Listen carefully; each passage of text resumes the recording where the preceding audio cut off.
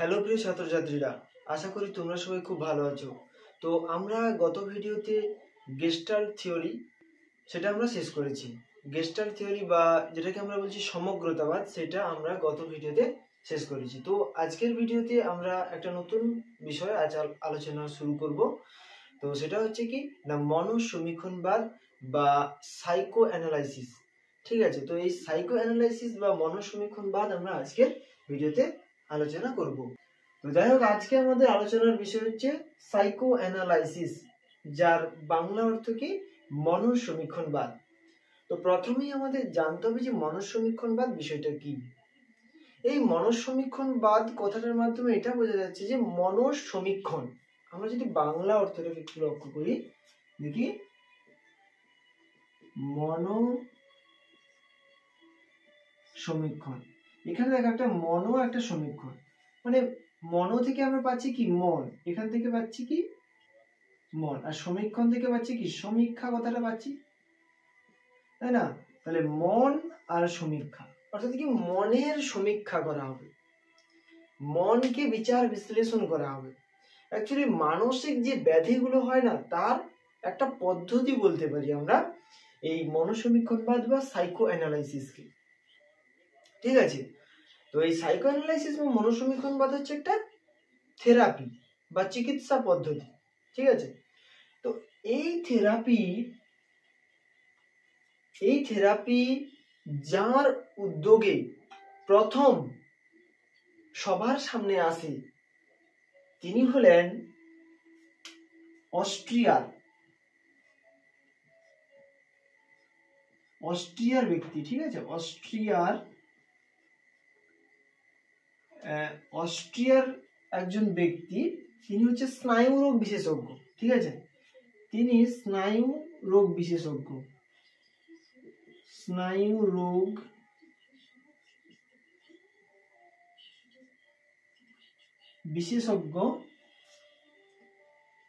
তিনি কে? Sigmund Freud. কোথাও আর Sigmund থাকে, ঠিক আছে, সিগমুন্ড ফ্রয়েড।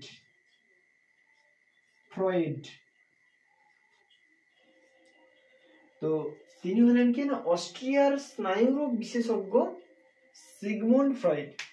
তিনি হলেন এই সাইকো অ্যানালাইসিস যে থেরাপি, এর আবিষ্কারকও বলা যেতে পারে। যদি পরীক্ষায় থাকে যে মনোবিশ্লেষণ তত্ত্বের প্রবক্তা বা মনোবিশ্লেষণ তত্ত্বের জনক কাকে বলা হয়, তখন আমরা বলবো সিগমুন্ড ফ্রয়েডকে। ঠিক আছে, তো ইনি কে ছিলেন? স্নায়ুরোগ বিশেষজ্ঞ ছিলেন। ঠিক আছে, তো এবার আমরা জানবো যে মনোসমীক্ষণ আসলে কি,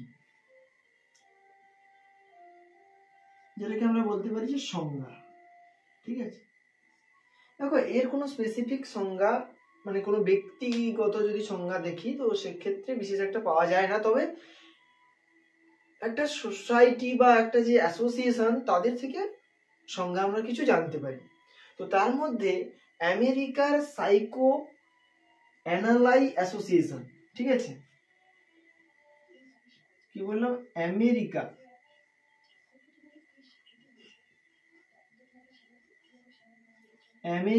বলতে পারি, আমেরিকান সাইকো অ্যানালাই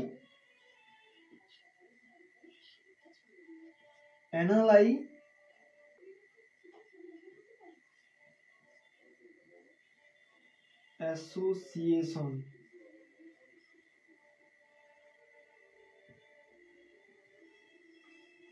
তো এই সংগঠনটি আমেরিকান একটা সংগঠন, এই সংগঠন কর্তৃক আমরা এই সাইকো অ্যানালাইসিসের একটা সংজ্ঞা পাই।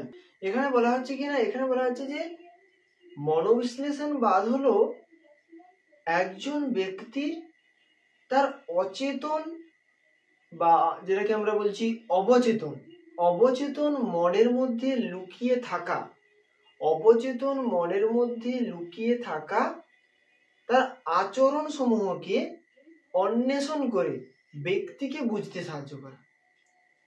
তাহলে এখানে মানে আমেরিকান সাইকো অ্যানালাই অ্যাসোসিয়েশনে বলা হয়েছে যে মনোসমীক্ষণবাদ হলো ব্যক্তি ব্যক্তির অবচেতন মনে লুকিয়ে থাকা তার অচেতন আচরণগুলিকে অন্বেষণ করে মানে খুঁজে নিয়ে সেগুলিকে ব্যক্তিকে বুঝতে সাহায্য করা, এটাই হচ্ছে মনসমীক্ষণবাদ। এটা বলেছে আমেরিকান সাইকো অ্যানালাইজ অ্যাসোসিয়েশন। এছাড়াও আমরা দেখব যে স্নায়ুরোগ বিশেষজ্ঞ যারা স্নায়ুরোগ বিশেষজ্ঞ, যে সমস্ত চিকিৎসক, তো সেই স্নায়ুরোগ বিশেষজ্ঞ যে চিকিৎসকরা তাদের তরফ থেকে একটা সংজ্ঞার কথা বলা হয়েছে। সেখানে বলা হচ্ছে কি না, মনসমীক্ষণবাদ হচ্ছে একটা থেরাপি, একটা চিকিৎসা পদ্ধতি যেখানে একজন ব্যক্তি তার শৈশবের যে অভিজ্ঞতা, তার স্বপ্ন, তার ব্যক্তিগত অভিজ্ঞতা এগুলোকে সাবলীলভাবে বলতে পারে, এগুলোকে সাবলীলভাবে সে প্রকাশ করতে পারে বাইরে, এবং এর ফলে ব্যক্তি কি করে তার সেই অবচেতন মন থেকে যে কথাগুলো সে বাইরে প্রকাশ করলো তার মাধ্যমে সে মানসিক শান্তি অনুভব করে। এর মাধ্যমে ব্যক্তি কি করে মানসিক শান্তি অনুভব করে। তো আমরা এখানে দুটো সংজ্ঞা পেলাম, একটা হচ্ছে কি আমেরিকান সাইকো অ্যানালাইজ অ্যাসোসিয়েশন এবং আর একটা কি না স্নায়ু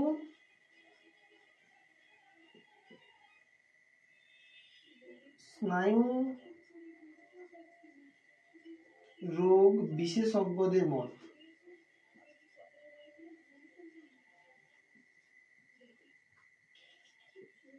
স্নায়ুরোগ বিশেষজ্ঞদের মতামত।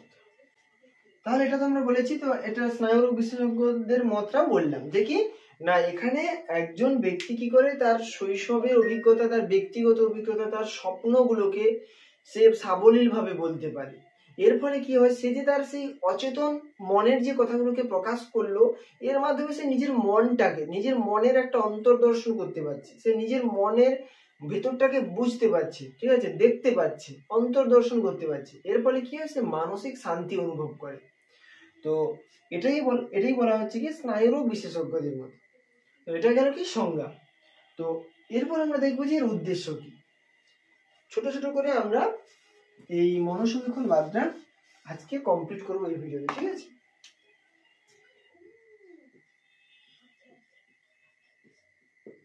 উদ্দেশ্য কি, অর্থাৎ মনসমীক্ষণবাদের মূল উদ্দেশ্য কি না, এর মূল উদ্দেশ্য হলো মানসিক ব্যাধিতে আক্রান্ত ব্যক্তির অচেতন বা অবচেতন মনের মধ্যে থাকা বিভিন্ন আচরণগুলিকে অন্বেষণ করে তাকে ওই মানসিক ব্যাধির কারণগুলিকে অনুসন্ধান করে সেগুলোর মোকাবিলা করতে সাহায্য করে। এটাই হচ্ছে এই মনসমীক্ষণবাদের বা মনসমীক্ষণ বা সাইকো অ্যানালাইসিসের মূল উদ্দেশ্য। এখানে মানসিক ব্যাধি যার হচ্ছে মানসিক অসুখ রয়েছে, তাকে কি করবে, তাকে সমীক্ষা করবে, তার সমস্ত তথ্যগুলোকে জানবে এবং সেখান থেকে তার ওই মানসিক ব্যাধির কারণটাকে তারা খুঁজে বার করবে এবং তার মাধ্যমে তাকে সুস্থ করে তুলবে, ওই ব্যাধিটাকে কিভাবে মোকাবিলা করা হবে সে সম্পর্কে পরামর্শ দেবে। তো এটাই হচ্ছে মনসমীক্ষণবাদ বা সাইকো অ্যানালাইসিসের উদ্দেশ্য। তো এর ফলে সুবিধাগুলো কি কি, তাহলে এটা গেল কি উদ্দেশ্য। এবার কি সুবিধা কি, এর সুবিধা কি না ব্যক্তির আচরণকে অন্বেষণ করতে পারি। তাহলে এর প্রথম সুবিধা কি না ব্যক্তির আচরণকে জানতে পারছি, ব্যক্তির আচরণ অন্বেষণ। 2 নম্বর কি না ব্যক্তিকে অন্তর্দর্শন করা, মানে ব্যক্তির যে অতীত অভিজ্ঞতাগুলোকে অন্বেষণ করতে পারছি। তাহলে অতীত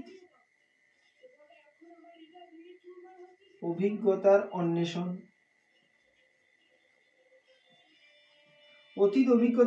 করতে পারছি। আর কি অতীত অভিজ্ঞতার অন্বেষণ মানে যখন ব্যক্তি তার অতীত অভিজ্ঞতাকে বলবে তখন যিনি ডাক্তার তিনি তো তার সেই অভিজ্ঞতাগুলো জানতে পারলেন, এই জন্য বলা হচ্ছে যে এর মাধ্যমে কি ব্যক্তির অতীত অভিজ্ঞতাগুলোকে জানা যায়। আর কি ব্যক্তির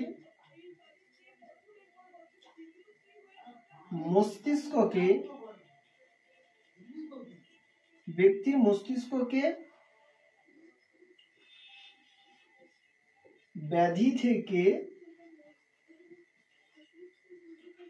পুনরুদ্ধার করা,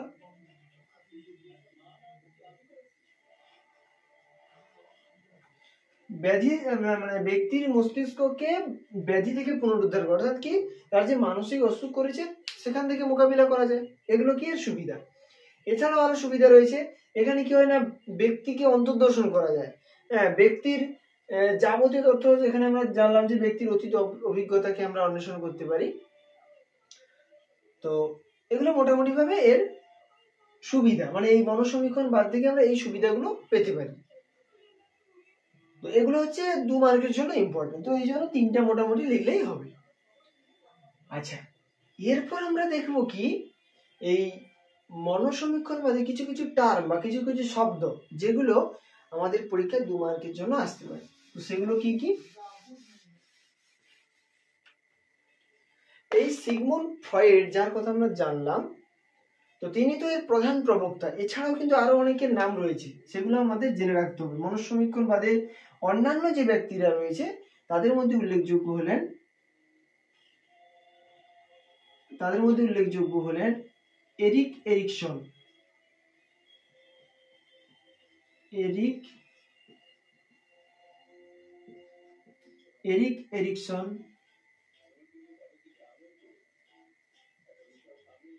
ক্যারেন হর্নি, কার্ল ইউং,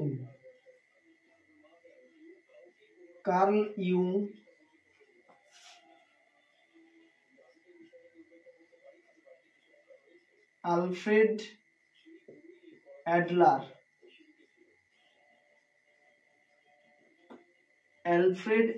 এটাকে অ্যাল বলতে পারি, সে ইংরেজিতে এলই হয়, ঠিক আছে। অ্যালফ্রেড অ্যাডলার তো প্রমুখ, ঠিক আছে। আরো অনেকে রয়েছে, ঠিক আছে, প্রমুখ মানে আরো অন্যান্য অনেক নাম রয়েছে, তার মধ্যে মিনিমাম আমরা কিছু জেনে রাখলাম যে তোমার সিগমুন্ড ফ্রয়েড বাদ দিয়েও ফ্রয়েডের নাম ছাড়াও আমরা আরো কিছু জনের নাম জানি, যেখানে এরিক এরিকসন রয়েছে, ক্যারেন হর্নি রয়েছে, কার্ল ইউং রয়েছে, অ্যালফ্রেড অ্যাডলার রয়েছে, ঠিক আছে। তো এরা হচ্ছে অন্যান্য আর যারা স্নায়ুরোগ বিশেষজ্ঞ বা এই মনসমীক্ষণবাদ নিয়ে কাজ করেছেন তারা। তো এরপর আমরা এর কিছু ওয়ার্ড বা শব্দগুলো জানবো যেগুলো পরীক্ষায় 2 মার্কের প্রশ্ন আসতে পারে। প্রথমত দেখো, সিগমুন্ড ফ্রয়েড তিনি ব্যক্তিত্বকে বিচার করতে গিয়ে 3টে কথা উল্লেখ করেছিলেন। সেটা কি? ঈদ, যেটা হচ্ছে তার পুরো নাম আইডি, ঈদের কথা উল্লেখ করেছিলেন। তিনি বলছেন কি ঈদ হচ্ছে জন্মগত,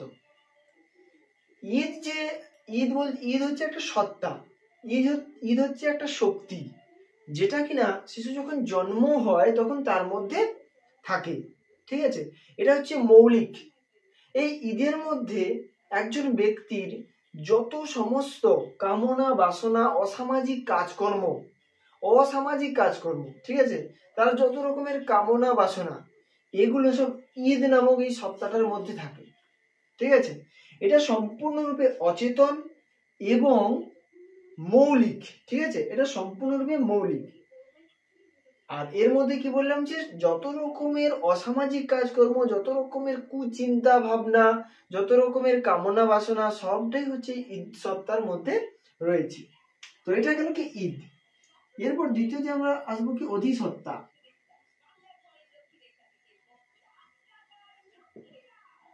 অধিসত্তা যেটাকে বলা হচ্ছে সুপার ইগো।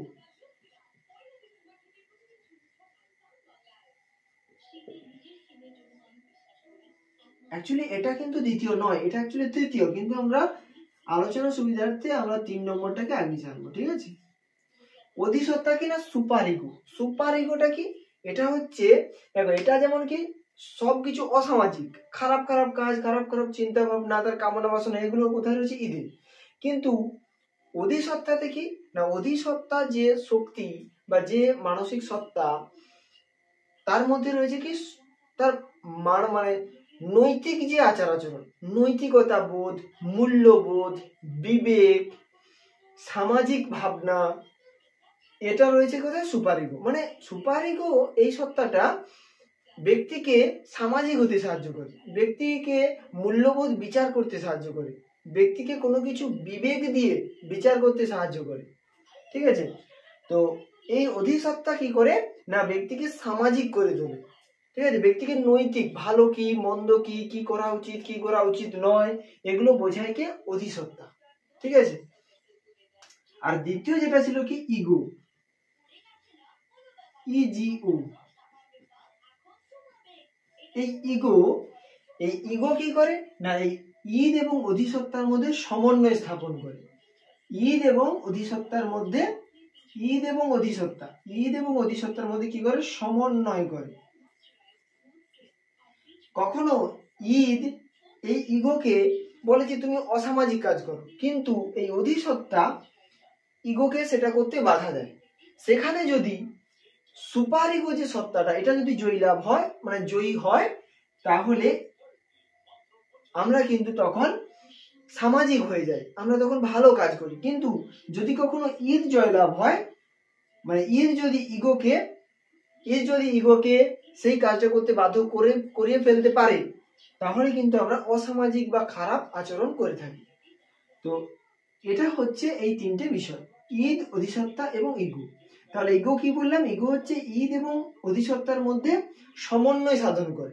ঠিক আছে, এটাকে আমরা এক প্রকার সামাজিকও বলতে পারি, সামাজিক সত্তা, এটাকে আমরা বলতে পারি সামাজিক সত্তা। তবে এটা কিন্তু এটার মতো শক্তিশালী নয়। তো এই ঈদ কি করে? একে প্রভাবিত করার চেষ্টা করে, অধিসত্তাও একে প্রভাবিত করার চেষ্টা করে। তো এই ঈদ, ইগো এবং অধিসত্তা, এই যে বিষয়টা, এটাকে আমরা একটা ছবির মাধ্যমে আলোচনা করতে পারি। সেটা কিরকম? আচ্ছা, তার আগে আমরা আর কিছু ওয়ার্ড জেনে নিই। তাহলে আমরা জানলাম কি? ঈদ জানলাম, অধিসত্তা জানলাম, ইগো জানলাম। পরীক্ষা এগুলো সম্পর্কে জাস্ট 2-3টে বাক্য লিখলেই হবে, 3-4টা মোটামুটি লিখে দিয়ে আসলেই হবে। এবার আমরা জানবো কি? তাহলে এটা ব্যক্তিত্বকে বিচার করতে গিয়ে তিনি বলেছেন যে আমরা যা কিছুই করি না কেন, আমাদের সবকিছু করতে বাধ্য করা এই ঈদ, অধিসত্তা এবং ইগো, বা ঈদ, ইগো এবং অধিসত্তা। এটা ব্যক্তিত্বের দিক থেকে। এবার মনের দিক থেকে, মনকে বিশ্লেষণ করতে গিয়ে ফ্রয়েড তিনটে উক্তির কথা বলেছিলেন বা 3টে ধারণা দিয়েছিলেন। সেখানে আমরা দেখব প্রথমে রয়েছে কি? সচেতন।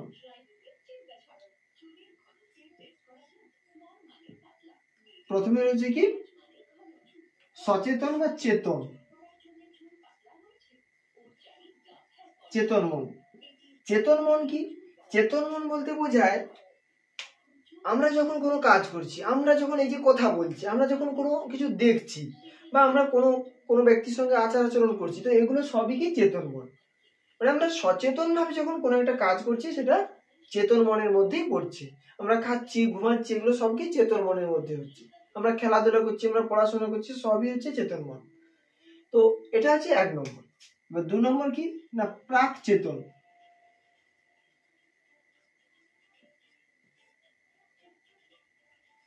প্রাক চেতনটা কি না? চেতনের ঠিক আগের অবস্থা।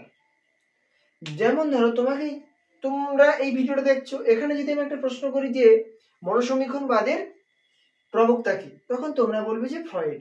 দেখো, আমি এই প্রশ্নটা যখন জিজ্ঞাসা করব, এটা কিন্তু তোমরা জানতে না, কিন্তু আমি যখনই বললাম, তোমরা ওই প্রাকচেতন যে মনের স্তর, সেখান থেকে ওই কথাটাকে সচেতন মনে বা চেতন মনে নিয়ে এলে এবং সেখান থেকে আমাকে বলে দিলে।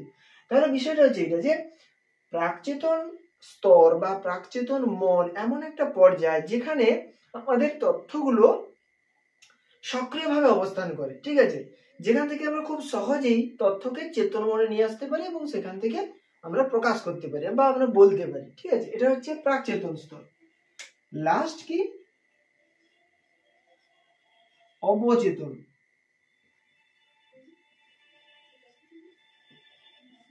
লাস্ট কি? অবচেতন।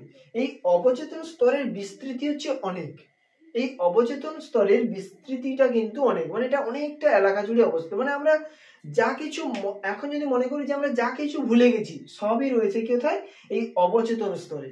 কখনো কখনো এই অবচেতন স্তর থেকে কিছু না কিছু কথাবার্তা আমাদের প্রাক চেতনে চলে আসে এবং সেখান থেকে আমরা চেতন মনে চলে আসে। যেমন ভাবে আমরা প্রায় সমস্ত কিছু ছোটবেলার সমস্ত ঘটনা ভুলে যাই, কিন্তু কখনো কখনো আমাদের ছোটবেলার কিছু কিছু কিঞ্চিত কথাবার্তা মনে চলে আসে, সেগুলো থাকে অবচেতন স্তরে। ঠিক আছে, কোনো কারণবশত কোনো উদ্দীপকের মাধ্যমে আমরা সেটাকে প্রাকচেতন এবং সচেতন মন বা চেতন স্তরে নিয়ে আসতে পারি।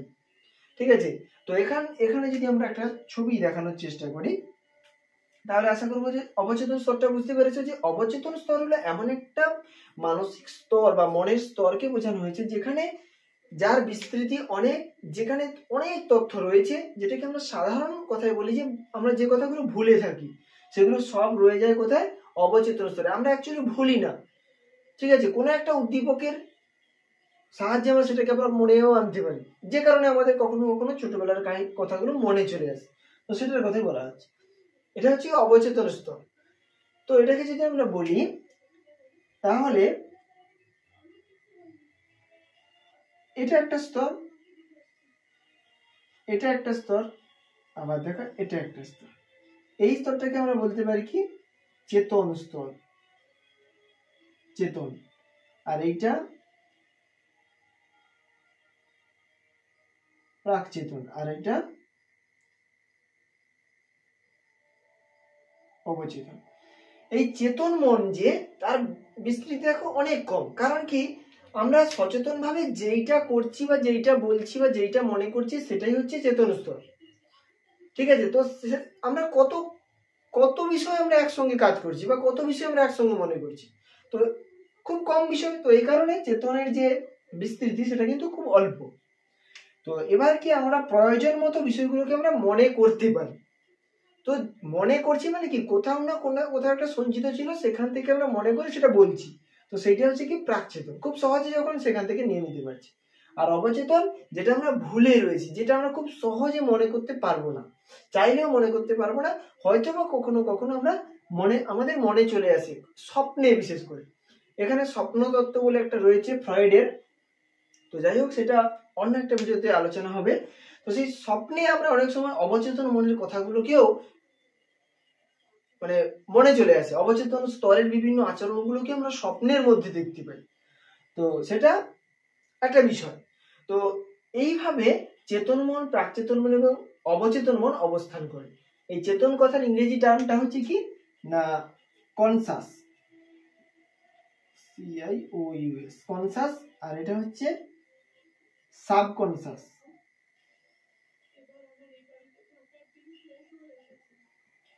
আর এটা হচ্ছে আনকনসাস।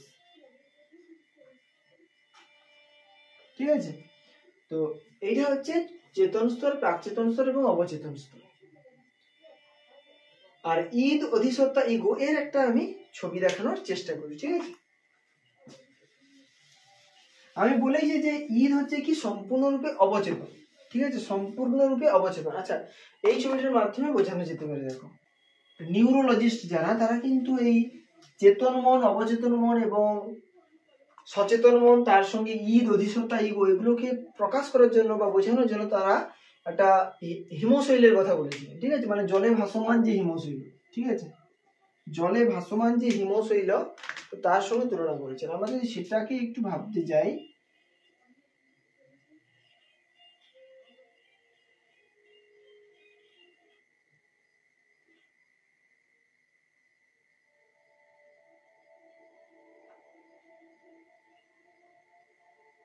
ঠিক আছে, মনে করো এটা একটা হিমশৈল, ঠিক আছে, জল, ঠিক আছে। তো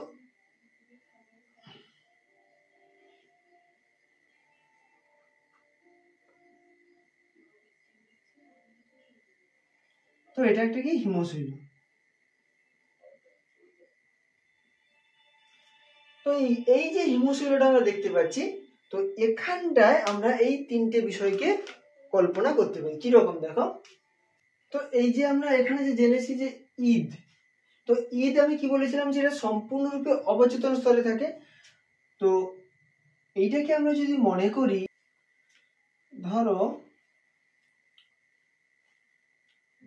আমরা এখান থেকে মানে এই অংশটা যদি আমরা মনে করি চেতন,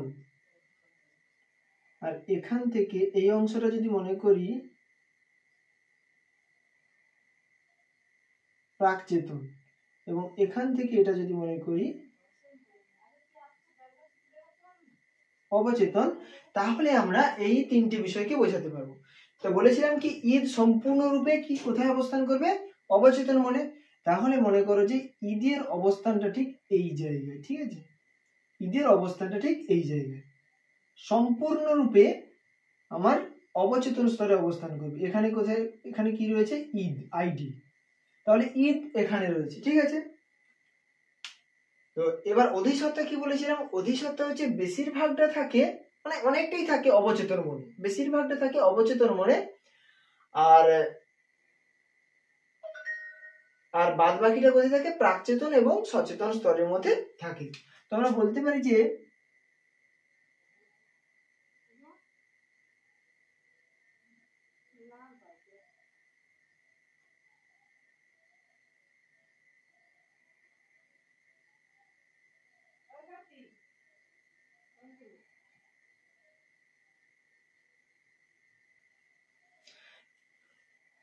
তাহলে দেখো, তাহলে এই অংশটাকে আমরা বলতে পারি কি? অধিসত্তা, যেটাকে আমরা বলছি সুপার ইগো। সুপার ইগো, ঠিক আছে? এটা আমরা বলছি কি সুপার ইগো। তাহলে এখানে রয়েছে কে? Super ego. আর এখানে কি রয়েছে? ঈদ, মানে এই অংশটাতে রয়েছে কি? ঈদ। আর এই অংশটা দেখো, এই অংশটা তাহলে রয়েছে কি? ইগো। যে কি করে? যে কি করে না, এই প্রাকচেতন এবং অবচেতন মনে থাকা ঈদ এবং সুপার ইগোর মধ্যে সমন্বয় সাধন করে। তাহলে ইগোর কাজটা কি? ইগোর কাজটা হচ্ছে ঈদ এবং অর্থাৎ ইগো এবং সুপার ইগোর মধ্যে সমন্বয় সাধন করে সে এবারে সচেতন মানে চেতন মনে পাঠিয়ে দেয় যে কিটা করতে হবে ব্যক্তিকে। যদি এখানে ঈদ যেতে মানে অসামাজিক কাজকর্মের মধ্যে, তাহলে আমরা অসামাজিক কাজকর্ম করব।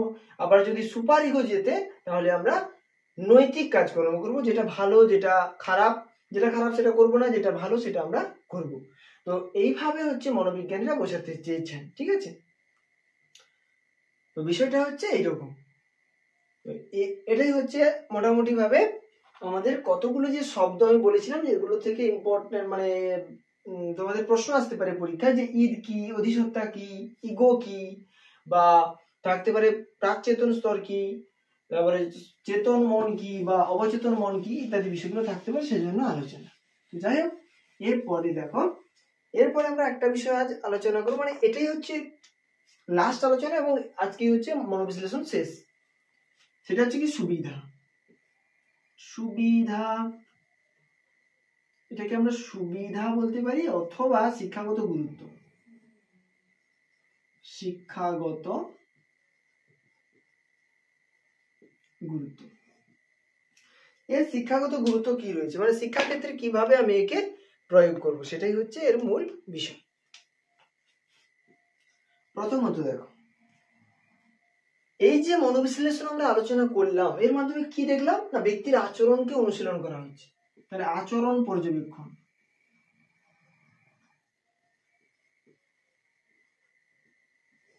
আচরণ পর্যবেক্ষণ কিরকম? এখানে কি করবেন? একজন শিক্ষক তিনি শিক্ষার্থীদের আচরণ পর্যবেক্ষণ করবেন। তিনি ক্লাসে ঢুকেই পড়াবেন না, তিনি শিক্ষার্থীদের আচরণকে পর্যবেক্ষণ করবেন এবং তাদের কি চাহিদা সেগুলো তিনি জানার চেষ্টা করবেন। তারা কেন ওই আচরণ করছে, তাদের সেই মনটাকে বিশ্লেষণ করবেন, যে তাদের মানসিকতাটা কেমন রয়েছে এই মুহূর্তে, কেন সে এমন আচরণ করলো, ঠিক আছে? তো এই আচরণগুলোকে বিশ্লেষণ করে তিনি তার জন্য উপযুক্ত ব্যবস্থা গ্রহণ করবেন। এই জন্য বলা হচ্ছে কি আচরণের পর্যবেক্ষণ করতে হবে।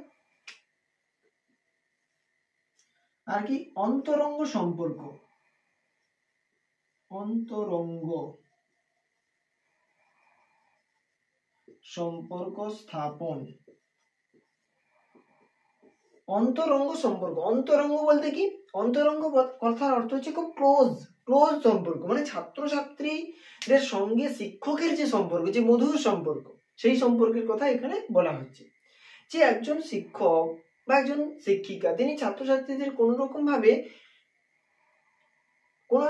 অবহেলিত করবেন না, তিনি শিক্ষার্থীদের যথেষ্ট পরিমাণে স্নেহ, ভালোবাসা, মর্যাদা, গুরুত্ব দিয়ে তাদেরকে শেখাবেন, যাতে শিক্ষার্থীরা সঠিকভাবে শিখতে পারে।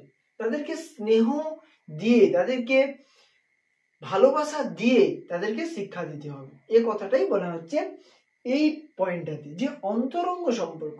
একজন শিক্ষকের সঙ্গে শিক্ষার্থীর যেমন সম্পর্ক হওয়া উচিত সেরকম সম্পর্ক স্থাপন করবেন। তিনি শিক্ষার্থীর কোনোভাবেই শারীরিক অত্যাচার বা মানসিক অত্যাচারের শিকার করবেন না। ঠিক আছে।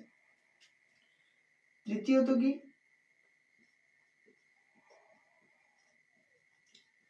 সহ পাঠ্যক্রমিক কার্যাবলী, সহপাঠক্রমিক কার্যাবলীর ব্যবস্থা বলতে পারি। ব্যবস্থা অর্থাৎ কি না, পাঠের পাশাপাশি আরো যে সহপাঠক্রমিক কার্যাবলী রয়েছে, যেমন অঙ্কন, তারপরে বা মাটির বিভিন্ন কাজ, সুতোর কাজ মানে উলের কাজ যেটাকে আমরা বলি, তারপর বিভিন্ন খেলাধুলা, ক্রিকেট খেলা, ফুটবল খেলা, এছাড়াও খোখো খেলা, কবাডি খেলা ইত্যাদি বিভিন্ন যে সহপাঠক্রমিক কার্যাবলীগুলো রয়েছে পড়াশোনা বাদে মানে বইয়ের পড়া বাদে, তো সেগুলোর আয়োজন করতে হবে, যাতে কি হবে শিক্ষার্থী তার জমে থাকা যে প্রক্ষোভগুলো, তার মধ্যে জমে থাকা যে প্রক্ষোভগুলো সেগুলোকে প্রকাশ করতে পারে বাইরে। ঠিক আছে। তাদের যে প্রতিভাগুলো, তারা কোন বিষয়ে, দেখো প্রত্যেক শিক্ষার্থী কিন্তু প্রত্যেকটা বিষয়ে প্রতিভাবান নয়। কোনো শিক্ষার্থী পড়াশোনায় ভালো, কেউ বা খেলায় ভালো, কেউ বা অঙ্কনে ভালো, কেউ বা গানে ভালো, হ্যাঁ, কেউ বা যেটা বললাম আমি, কেউ বা হাতের লেখাতে ভালো। ঠিক আছে। কেউ বা ক্রিকেট খেলায় ভালো, কেউ বা ফুটবল খেলায় ভালো। তাহলে আমরা যদি এই সমস্ত বিষয়গুলোকে আয়োজন করতে পারি, তাহলে কোন শিক্ষার্থী কোন ক্ষেত্রে প্রতিভাবান বা কোন ক্ষেত্রে তার প্রতিভা বা তার যে ক্রিয়েটিভিটি, তার যে সৃজনশীলতা রয়েছে সেটা আমরা বুঝতে পারবো। তো সে কারণে বলা হচ্ছে যে আমাদের সহপাঠ্যক্রমিক কার্যাবলীর ব্যবস্থা করতে হবে। আর কি, স্বাস্থ্যকর পরিবেশ।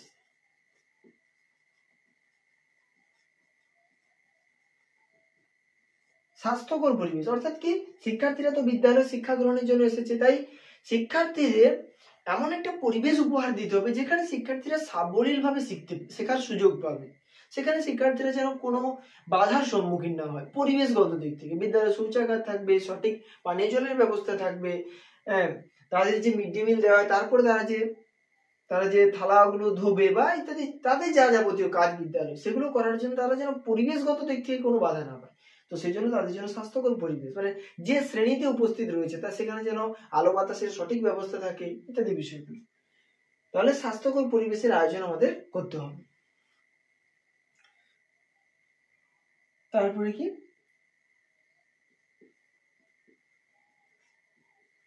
মানসিক সুস্থতা। মানসিক সুস্থতা বজায় রাখতে হবে। ঠিক আছে। মানসিক সুস্থতা বলতে কি না, প্রত্যেকটা শিক্ষার্থী যাতে মানসিক দিক থেকে সাবলীল থাকতে পারে, মানসিক দিক থেকে সঠিক এবং সম্পূর্ণ থাকতে পারে। তাদের মানসিক দিক থেকে যেন কোনো বিরোধ বা কোনো বিদ্বেষ বা কোনো বিষণ্ণ মনোভাব এগুলো যেন শিক্ষার্থীদের মধ্যে না থাকে, এগুলো দেখতে হবে শিক্ষক শিক্ষিকাকে। তাহলে শিক্ষার্থীদের মানসিক সুস্থতা কিন্তু বজায় রাখতে হবে। এটা কিভাবে করবে না, শিক্ষার্থীদের মানসিকতাটাকে বুঝতে হবে। ঠিক আছে। তো সেটা করে একজন শিক্ষক শিক্ষার্থীদের মানসিক সুস্থতা বজায় রাখতে পারে। আর কি করবেন,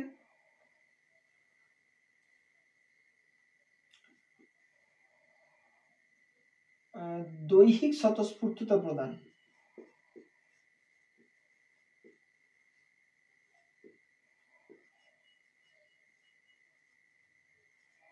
দৈহিক স্বতঃস্ফূর্ততা প্রদান অর্থাৎ কি, দৈহিক স্বতঃস্ফূর্ততা বলতে শিক্ষার্থীদের মারধর করা চলবে না। তারা যেমনটা করতে চাইছে তাদের করতে দিতে হবে, তারা যাতে নিজেরাই বুঝতে পারে যে খারাপটা কি ভালোটা কি। তো সেখানে তাদের বাধা দেওয়ার কোনো দরকার নেই। এটাই বলা হচ্ছে মনঃসমীকরণ। শিক্ষার্থীরা নিজেরাই করুক ওই কাজটা, সেখান থেকে তারা শিখে নেবে যে তারা যেটা করছে সেটা ভালো নাকি খারাপ। তো এই কারণে মনোবিশ্লেষক যারা রয়েছেন তারা বলছেন যে শিক্ষার্থীদের কোনো রকম মারধর করা যাবে না। ঠিক আছে। তাদেরকে তাদের মতো করে চলতে দিতে হবে। তবে এটা দেখতে হবে যে তারা যেন সম্পূর্ণভাবে বিপথে না চলে যায়। তুমি দেখছো যে সে খারাপ করছে, যে মানে বারবার খারাপ করছে, সেখানে কিন্তু তোমাকে বাধা প্রদান করতে হবে। তো সেটাতে যাওয়ার আগে তাদেরকে কিন্তু কাজটাকে করতে দিতে হবে, যাতে তারা সেই কাজটা বুঝতে পারে যে আমি যেটা করেছি সেটা যে সে যেন পরবর্তীকালে তুমি বললে যেন উপলব্ধি করতে পারে। ঠিক আছে, তো তার সুযোগ দিতে হবে। আর কি না, যৌন শিক্ষা, এটা একটা খুব গুরুত্বপূর্ণ বিষয়। বর্তমান যে মনোবিশ্লেষক যারা রয়েছেন তারা বলছেন যে শিক্ষার্থীদের যদি সঠিকভাবে যৌন শিক্ষা প্রদান করা যায় তাহলে তারা সচেতন হবে, তাহলে তারা সম্পূর্ণ পরিবেশ সম্পর্কে, সম্পূর্ণ সমাজ সম্পর্কে এবং নিজের ব্যক্তিত্ব সম্পর্কে সচেতন হতে পারবে। এই জন্য শিক্ষার্থীদের সঠিক পদ্ধতিতে, সঠিকভাবে এবং প্রকৃত যৌন শিক্ষা প্রদান করার কথা বলেছেন এই মনোবিশ্লেষকরা। তো এটাই হচ্ছে শিক্ষাগত গুরুত্ব। ঠিক আছে, তো আশা করবো যে তোমরা ভিডিওটা থেকে বুঝতে পেরেছো যে মনোসমীকরণবাদ বা সাইকো অ্যানালাইসিস যে তত্ত্ব, এটা কি বা এর মধ্যে কি রয়েছে। যদি ভিডিওটি ভালো লাগে একটি লাইক করবে এবং তোমাদের বন্ধুদের জানাবে, সেটা করতে ভুলো না।